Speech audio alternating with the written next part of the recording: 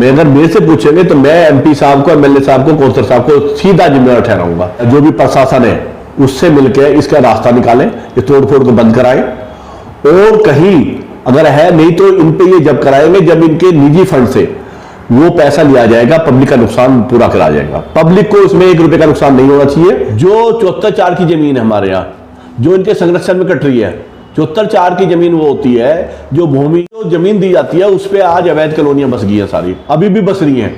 आपके कादीपुर में बस रही हैं, आपके इब्राहिमपुर में बस रही हैं। तो उस जमीन में इनको प्लॉट दे दो और वो उसको बेच रहे हैं। कानून कहता है कि 74/4 की जमीन को आप बेच नहीं सकते, आप खेती के अलावा उसमें दूसरा काम नहीं कर सकते। ये कानून है सुप्रीम कोर्ट का।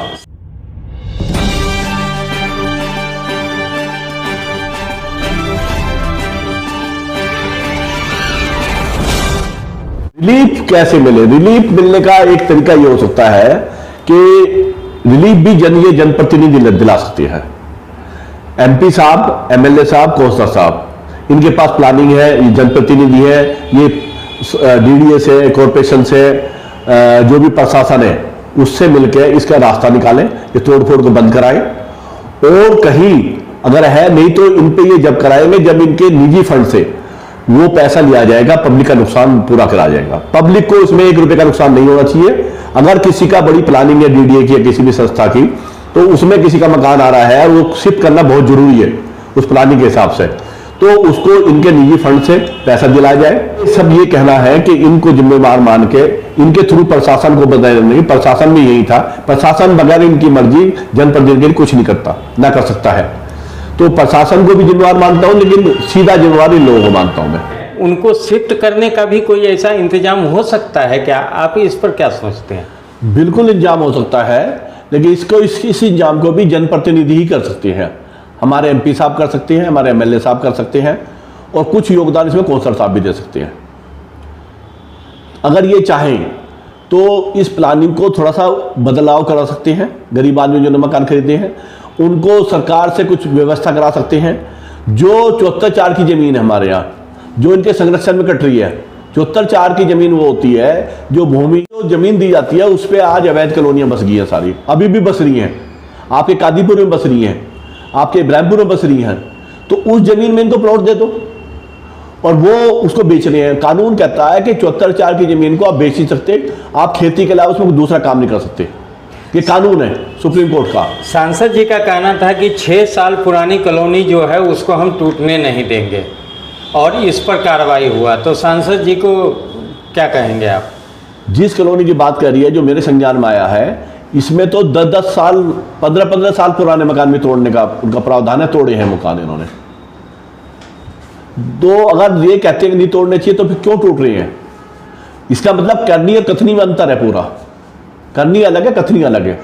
एमपी साहब चाहे, एमएलए साहब चाहे तो ये हो ही सकता कि ये टूटे। दुनिया के सब आल्टरनेट निकलते हैं। ये लोग झुकी झोंपड़ी, इन्होंने जबरदस्ती कब्जा नहीं किया। ये लोग बांग्लादेशी नहीं है कि आगे इन्होंने जबरदस्ती सरकारी जमीन पर कब्जा कर लिया। इन्होंने अपने खून पसीने की कमाई से प्लॉट खरीदा है, 25 गज का, 30 गज का, 40 गज का, 50 गज का। उसमें 1,50,000 जोड़ के अपने जीवन की अहम कमाई जोड़ कर मकान बनाया है इन्होंने। इनका क्यों टूटेगा? तो आपको नहीं लगता कि जो बिल्डर वगैरह जो यहाँ है, जो ज़मीन बेच के चले गए, उन पर, उनको भी कानून के दायरे कटघरे में खड़ा किया जाए? देखिए, बिल्डर को भी करना चाहिए, लेकिन बिल्डर तो क्या करता है? बिल्डर का समझिए, बिल्डर क्या कहता है? वो कहता है मैं तो सबको पैसे देता हूँ, मैं तो जब प्रतिनिधियों को, प्रशासन को, पुलिस को, सबको पैसे देता हूँ। मैं तो, मेरी क्या गलती है? मैं तो काटता हूँ, इनके बगैर तो मैं कुछ करता ही नहीं हूँ। बिल्डर तो सब लोग साफ कहते हैं। तो वो भी जो 74/4 की जमीन है गरीब विदा के, वो उनको मिलनी चाहिए। फिर लोग कुछ कहते हैं कि अब तो डीआर एक्ट खत्म हो गया, लेकिन डीआर एक्ट खत्म होने में साफ ऑर्डर है, मेरे पास भी है, मैं आपको भी दे दूंगा कि 74/4 की जमीन पर डीआर एक्ट खत्म नहीं होता। इस पर भी होना चाहिए सारा। और ये इनको कोई मकान नहीं टूटना चाहिए, इनका अल्टरनेटिव करना चाहिए। सरकार चाहे, केंद्र में सरकार बीजेपी की है, मनोज तिवारी एमपी है। 74/4 की जमीन जो है भूमिहीन व्यक्ति, गरीब व्यक्ति के लिए दी जाती है। भूमिहीन, हाँ, तो उसे दी जाती है। लेकिन मैं ये कह रहा हूँ, मैं उसके नहीं कह रहा उसे छीन ली जाए। वो जो उसे बेच चुका है, जो उस पर खेती नहीं कर रहा, जो कॉलोनी काट रहे हैं, तो वो जमीन वापस सरकार की हो जाती है। मैं उस जमीन की बात कर रहा हूँ। और वो जमीन इस क्षेत्र में बहुत सारी पड़ी है, बहुत सारी पड़ी है। और अगर एमपी साहब कहते हैं, एमएलए साहब कहते हैं, कौन-सा साहब कहते हैं हमें नहीं पता 74 की जमीन, पहली बात तो उनको एक टेलीफोन में 5 मिनट में पता चल जाएगी, ठीक है। सारा प्रशासन 10 मिनट के अंदर बता देगा। 74 की एक लिस्ट होती है कि 74 की जमीन कहाँ कैसे कैसे है।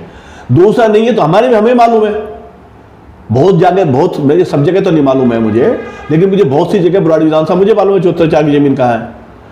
बुराड़ी में झड़ोदा गांव की जो जमीन है, जब आते हैं पेट्रोल पंप से बुराड़ी की तरफ आते हैं, सारी जो डेयरी है, डेयरी के इधर चारों तरफ जो है 12-14 किल्ले 15 किल्ले ये 74 की जमीन है, ठीक है, जिसमें ये साहब सिंह वर्मा क्लिनिक भी बना हुआ है, ये भी उसमें आता है, ठीक है।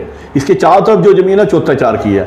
जो मैंने आपको बताया कादीपुर में 74 की जमीन है, कादीपुर में जमीन कट रही है, 74 की जमीन पे प्लॉटिंग हो रही है, हमारे जनप्रतिनिधि की सहमति से, उनका शेयर है, हिस्सा है उसमें। मैं आपको बता रहा हूँ, आपको कादीपुर में बता रहा हूँ आपको, इधर से बहुत सारी है बुराड़ी में, आज भी बची हुई है, बहुत सारी बिक चुकी है ग्राम सभा की जमीन, लेकिन बहुत सारी जमीन है। और एमपी साहब को, एमएलए साहब को, कौंसल साहब को 1 घंटा मैक्सिमम लगता है ये पता करने में 74 की जमीन है। और हमें, आपको क्या करेंगे, हम लगा सकते हैं आरटीआई से पता कर सकते हैं, आरटीआई से चीजें प्रशासन घुमा के देता है, लेकिन जनप्रतिनिधि के सामने तो सबसे बड़ा इस हिंदुस्तान में लोकतंत्र है हमारा। लोकतंत्र में सबसे बड़ी जो ताकत होती है वो जनप्रतिनिधि होता है। देखिए, निवासियों को संदेश ये है कि आप लोगों ने इनको चुना है, एमपी साहब को चुना, एमएलए साहब को, कौंसल साहब को चुना है, जो पहले हैं उनके संपर्क में जाइए, कोई RW सब संपर्क में होती है, उनके कार्यकर्ता संपर्क में होते हैं, इन पर दबाव बनाइए। अगर आप लोगों ने एमपी साहब पे, एमएलए साहब पे, कौंसल साहब पे दबाव बना लिया, वर्तमान पे, पूर्व पे, पूर्व भी होंगे व वर्तमान भी होंगे, तो इसका समाधान बहुत जल्दी निकल आएगा। चाहे वो सरकार से निकाले, चाहे इनके अपने निजी फंड से निकाले, वो समाधान हो जाएगा। हाँ, ये जरूर है कि ये जरूर है, कुछ लोग भी हैं, कैसे भी हैं, आम आदमी जो बड़ा सीधा होता है, सच्चा होता है, उसे पता नहीं होता दुनियादारी का, तो उसके खून पैसे नहीं कमाएंगे, उनकी बद्दुआ लगेंगी, उनकी बद्दुआ जो होती है बहुत नुकसान देती है। तो हम उनको समझाएंगे भी, आपका समस्या का समाधान कैसे हो सकता है, हम उनका समर्थन भी करेंगे, हम उनके साथ हैं। बेशक कुछ भी हम आज जनप्रतिनिधि नहीं है, हमारी पार्टी का जनप्रतिनिधि, हमारी पार्टी की सरकार नहीं है, ना हमारी पार्टी की सरकार कॉर्पोरेशन में है, ना हमारी कांग्रेस पार्टी की सरकार दिल्ली में है, ना हमारी पार्टी का केंद्र सरकार में। लेकिन आप पब्लिक के साथ हैं। लेकिन हम पब्लिक के साथ हैं, हर समय हैं, उनको रास्ता दिखाने के लिए तैयार हैं, उनको बताने के तैयार हैं, अगर पब्लिक चाहेगी तो।